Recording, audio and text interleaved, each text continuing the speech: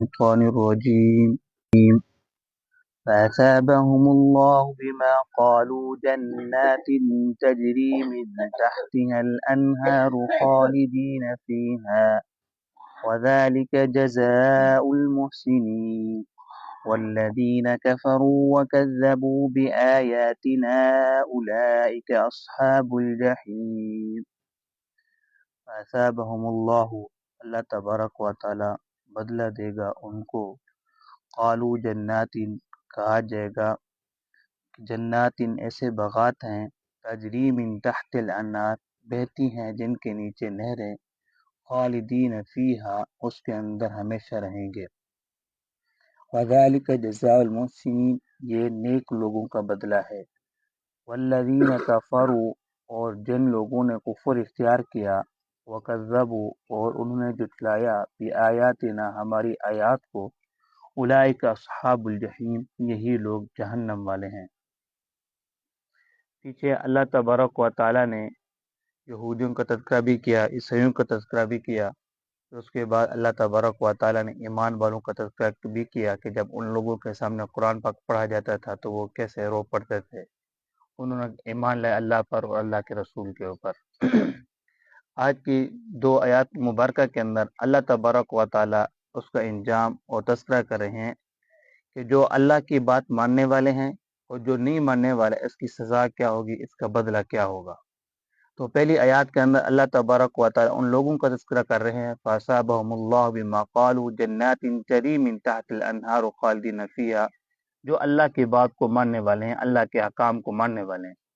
جو اللہ کی بات ماننے والے ہیں، اللہ کے حکام کو ماننے والے، ان کا کیا جزا ہوگی، ان کو کیا بدلہ ملے گا۔ اللہ تعالیٰ فرما رہے ہیں ان کو اللہ تبارک و تعالیٰ جنت کے اندر داخل فرما دیں گے۔ ایسی جنت ہوگی جس کے اندر نہریں بہتی ہوگی، خوبصورت باغات ہوں گے،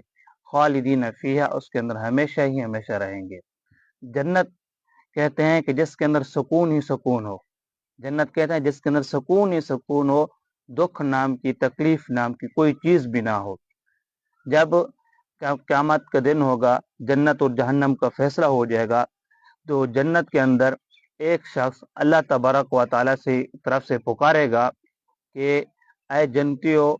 آج کے بعد تمہارے اوپر کبھی بیماری بھی نہیں آئے گی، تم صحت مند ہی رہو گے، آج کے بعد تمہیں کبھی بڑھاپا نہیں آئے گا، ہمیشہ تم جوان ہی رہو گے،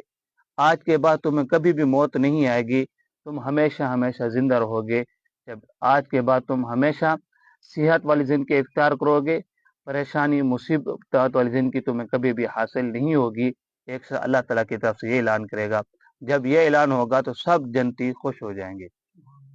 آپ صلی اللہ علیہ وسلم سے حضرت ابو ہریرہ رضی اللہ تعالیٰ نے پوچھا، اللہ کے رسول، مخلوق کو اللہ تبارک و تعالیٰ نے کس چیز سے بنایا ہے؟ آپ علیہ الصلوۃ والسلام نے فرمایا کہ مخلوق کو اللہ تبارک و تعالیٰ نے پانی سے بنایا ہے۔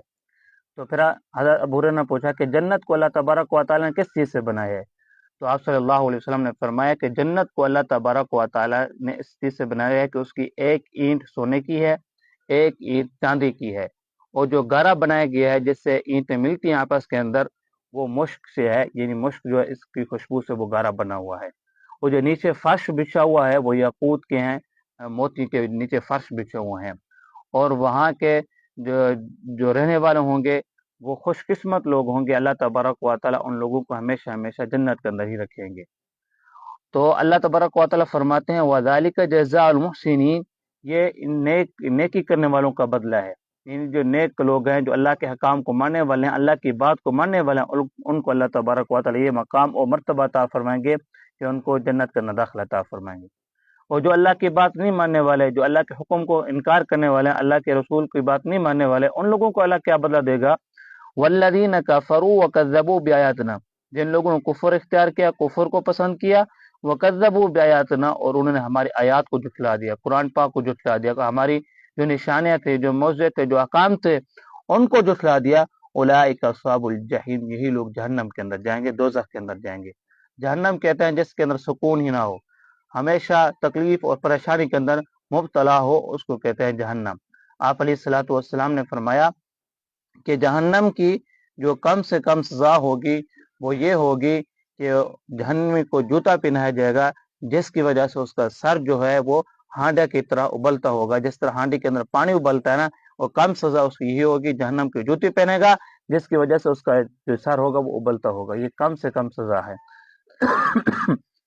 تو جو لوگ جہنم کے اندر جائیں گے وہ لوگ ہوں گے جنہوں نے کفر اختیار کیا, انہوں نے جھٹلایا, اللہ کے احکام کو نہیں مانا. اسی وجہ سے ہر وقت اللہ تبارک و تعالیٰ سے ہی امید کرنی چاہیے اور یہی مانگنا چاہیے کہ اللہ تبارک و تعالیٰ ہمیں ایمان نصیب فرمایا ہے, ہمیں ایمان والی زندگی نصیب فرما اور ایمان والی موت نصیب فرما, اور ہمیں جنت الفردوس میں جگہ عطا فرما, اور جہنم کے عذاب سے ہم سب کو بچا. دعا ہے کہ اللہ تعالیٰ ہم سب کو عمل کرنے کی توفیق عطا فرما.